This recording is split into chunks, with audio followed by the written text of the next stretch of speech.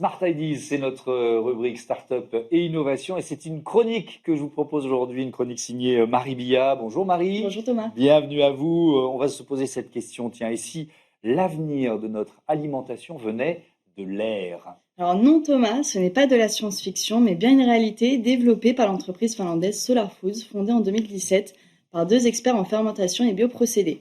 Donc son innovation, c'est la soléine, une protéine révolutionnaire produite à partir de CO2 et de micro-organismes, donc sans terres agricoles, sans animaux et avec un faible impact environnemental. Vous n'avez pas donné leur nom parce qu'ils sont imprononçables, Pasi Vainika et Juha-Pekka Pitkänen. Donc merci, vous me l'avez laissé. Mais alors, pourquoi chercher des protéines dans l'air alors qu'on en trouve déjà? On en trouve dans des plantes, on en trouve dans de la viande. Oui, en effet, mais la question aujourd'hui de la production alimentaire est cruciale. Donc comme en effet, il y a certains qui misent sur les protéines végétales issues de pois ou de soja, Ouais. mais d'autres comme Solar Foods explorent une piste inédite, les protéines aériennes.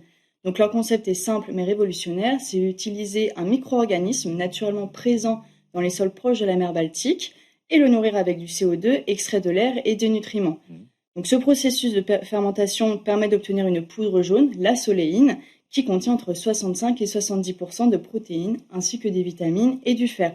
C'est donc une alternative idéale aux protéines animales et Et végétales. donc il faut retenir ce nom, la soléine, parce que peut-être qu'on va beaucoup en entendre parler dans les prochaines années. Ça paraît presque magique au-delà de l'innovation scientifique. Quel est le potentiel écologique de cette innovation? L'un des plus grands atouts de la soléine, c'est son faible impact environnemental. Mhm. Contrairement à l'agriculture traditionnelle, elle ne nécessite ni terre cultivable, ni grande quantité d'eau et ni pesticides. Elle utilise 100 fois moins d'eau que la culture végétale et jusqu'à 600 fois moins que l'élevage bovin. Et ce n'est pas tout, la production de soléine émet 200 fois moins de gaz à effet de serre que l'élevage animal. Mhm. Donc autre avantage, c'est également sa capacité de production qui est quasi infinie parce que peu importe le climat ou la géographie, la soléine peut être produite n'importe où, y compris donc dans des zones arides ou des environnements extrêmes. Bon, je commence à imaginer manger de la soléine. Concrètement, on la mange comment? Eh bien, si la soléine ressemble donc à une simple poudre Ouais. jaune, ses applications sont nombreuses. En effet, elle peut être incorporée dans des produits alimentaires existants comme des barres chocolatées, des Mhm. boissons protéinées ou même des substituts de viande. Il y a notamment la société finlandaise Phaser qui a déjà développé 3 snacks protéinés du coup à base de soléine et même aussi le groupe Ajinomoto, un géant japonais de l'agroalimentaire qui a lancé 3 parfums de glace aussi à base de soléine. Je peux m'en acheter là? C'est commercialisé en magasin ou pas encore? Alors, pas encore en Europe, D'accord. malheureusement, mais la soléine a déjà été approuvée à Singapour en 2022 et Solar Food espère obtenir l'autorisation de l'Union européenne d'ici 2026, donc bientôt. Mhm. L'entreprise prévoit aussi d'ouvrir d'autres usines pour accélérer la production et devenir ainsi un acteur majeur du marché des protéines alternatives, un marché qui pourrait atteindre 100 millions de dollars d'ici 2032.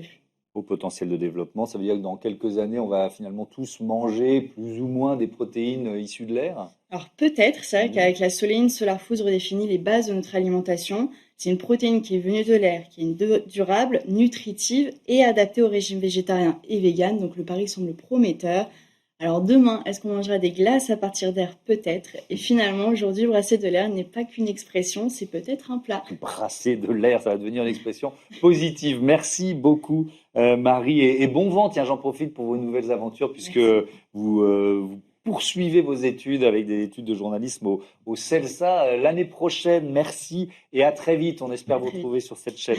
Voilà, c'est la fin de ce Smart Impact. Je vous dis à demain pour un nouveau numéro de l'émission et à très vite sur Be Smart for Change.